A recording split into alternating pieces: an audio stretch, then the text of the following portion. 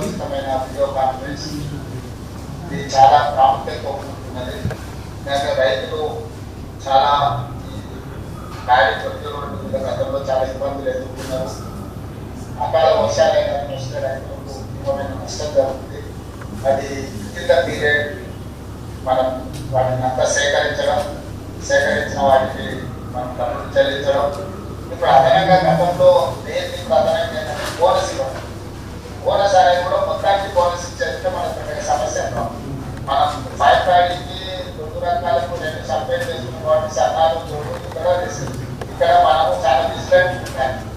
2 వచ్చి సన్నాలు కలిసిన లేకపోతే సన్నాలు తీసుకుంటున్నాం చేసి 2 కొంచెం కాంప్లికేటెడ్ సబ్జెక్ట్ కాబట్టి అధికారులు ఖచ్చితంగా ప్రొక్యూర్మెంట్ సెంటర్లో వాళ్ళు దాన్ని పూర్తి స్థాయిలో జాగ్రత్తగా చూసుకోవాలను. గొడవ చేసిన తర్వాత దొడ్డు బదులు సన్నాలు ఒకటి సన్నాల బదులు దొడ్డు రకం ఏం చేయాలంటే దాన్ని ఏ రకంగా మళ్ళా జస్టిఫికేషన్ ఇచ్చుకోవాలనేది ఇబ్బంది అవుతుంది. కాబట్టి అధికారులందరూ కూడా జాగ్రత్తగా ఉండాల్సిన అవసరం ఉంది. దాని మీద కలెక్టర్ ప్రత్యేకంగా దృష్టి పెట్టాలి.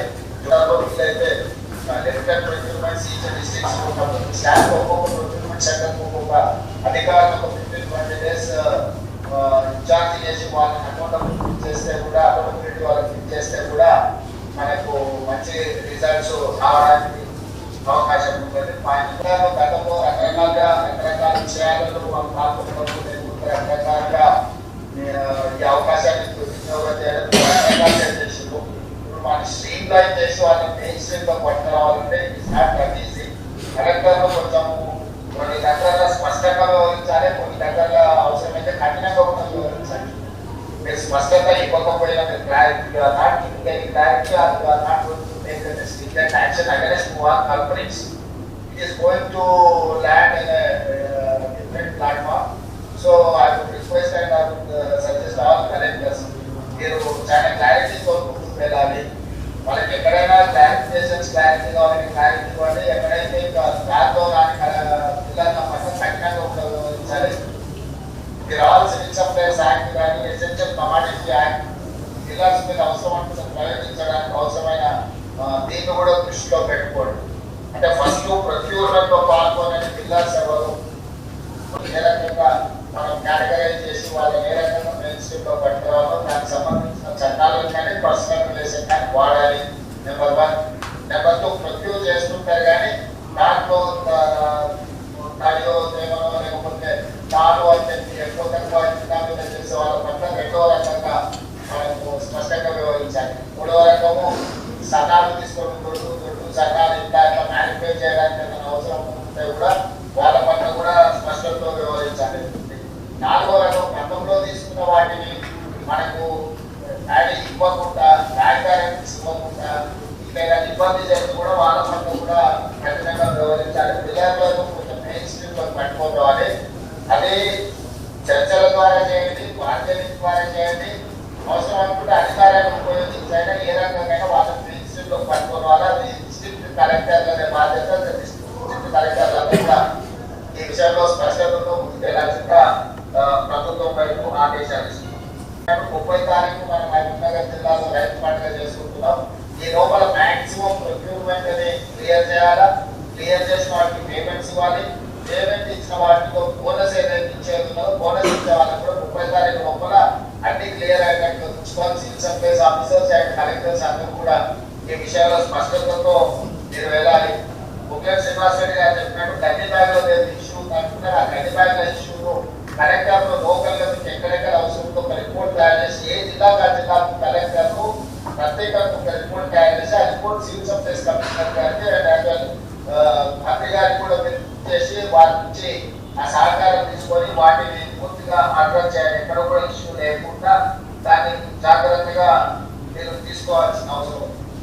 మీకు అన్నింటికి సంబంధించి ఇన్ఛార్జ్ మంత్రులు వారి జిల్లాలో ఏ జిల్లా మంత్రి ఏ మంత్రి ఏ జిల్లాకి ఇన్ఛార్జ్ ఉండడం. ఫర్ ఎగ్జాంపుల్ కొండా సురేంద్ర గారు మెదక్ జిల్లా ఇన్ఛార్జ్. ఆ మెదక్ అంటే ఉమ్మడి మెదక్లో ఎన్ని జిల్లాలు వస్తాయో ఎంతమంది కలెక్టర్లు వస్తాయో ఎవ్రీ డే 8 to 9 లోపల జిల్లా యొక్క స్టేటస్ రిపోర్టు మ్యాండేట్ తో మంత్రులు తెప్పించుకొని మంత్రులు దాన్ని సమీక్ష చేసుకొని అవసరమైతే కలెక్టర్లను మానిటరింగ్ చేయాల్సిన బాధ్యత కూడా ఇన్ఛార్జ్ మినిస్టర్స్.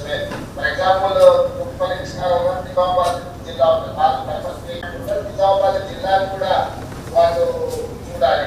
వెంకటరెడ్డి గారు మీరు ఖమ్మం జిల్లా ఇన్ఛార్జ్, మీరు ఖమ్మం జిల్లాకు కూడా పూర్తి స్థాయిలో మానిటరింగ్ చేయాలి. ఖమ్మం జిల్లా మానిటరింగ్ చేయకుండా ఎందుకంటే ట్రావెలింగ్ ప్రొక్యూర్మెంట్ ఎక్కువ ఉంటుంది కాబట్టి మీరు ఖమ్మం జిల్లా మీద ప్రత్యేకంగా మీరు దృష్టి పెట్టి ఖమ్మం జిల్లాలో సమస్యలు కానీ ప్రొక్యూర్మెంట్ కానీ వీటన్నిటిని మీరు వాటిని మానిటరింగ్ చేయాల్సిన అవసరం. అంటే స్థూలంగానే చెప్పదలుచుకున్నది ఏంటంటే ఎవరికి వాళ్ళు ఇన్ఛార్జ్గా ఏజ్ కలెక్టర్లతో కోఆర్డినేట్ చేసుకొని అక్కడ సమస్యల్ని పరిష్కరించుకొని అవసరమైతే సివిల్ సప్లైస్ మినిస్టర్ గారితో సివిల్ సప్లైస్ అధికారులతో కోఆర్డినేట్ చేసుకుని ఆ ఇష్యూస్ రిజాల్వ్ చేయాల్సిన బాధ్యత ఇన్ఛార్జ్ మినిస్టర్ అని. అదేవిధంగా ప్రతి ఉప జిల్లా స్పెషల్ ఆఫీసర్ సీనియర్ ఐఏఎస్ ఆ ఆఫీసర్ కూడా కంటిన్యూస్ గా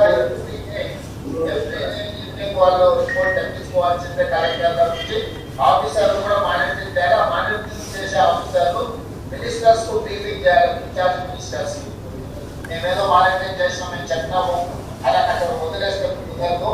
ఈ ఉమ్మడి జిల్లాలకు మన బాధ్యత ఎవరికైనా ఇచ్చినామో సిఎస్ గారు ఆ ఉమ్మడి జిల్లాల ఇన్ఛార్జిగా చేసిన స్పెషల్ ఆఫీసర్లు ఆ పరిధిలో ఉన్న కలెక్టర్లతో ఎవ్రీడే రిపోర్ట్ తీసుకొని ఆ అధికారులు ఆ జిల్లా ఇన్ఛార్జ్ మినిస్టర్ కూడా ఇష్యూస్ బ్రీఫ్ చేసి ఎక్కడైనా వాళ్ళకి ఏదైనా క్లారిఫికేషన్ అవసరం ఉన్నా లేకపోతే ఇన్స్ట్రక్షన్స్ అవసరం ఉన్నా కూడా వారి నుంచి తీసుకోవాలి.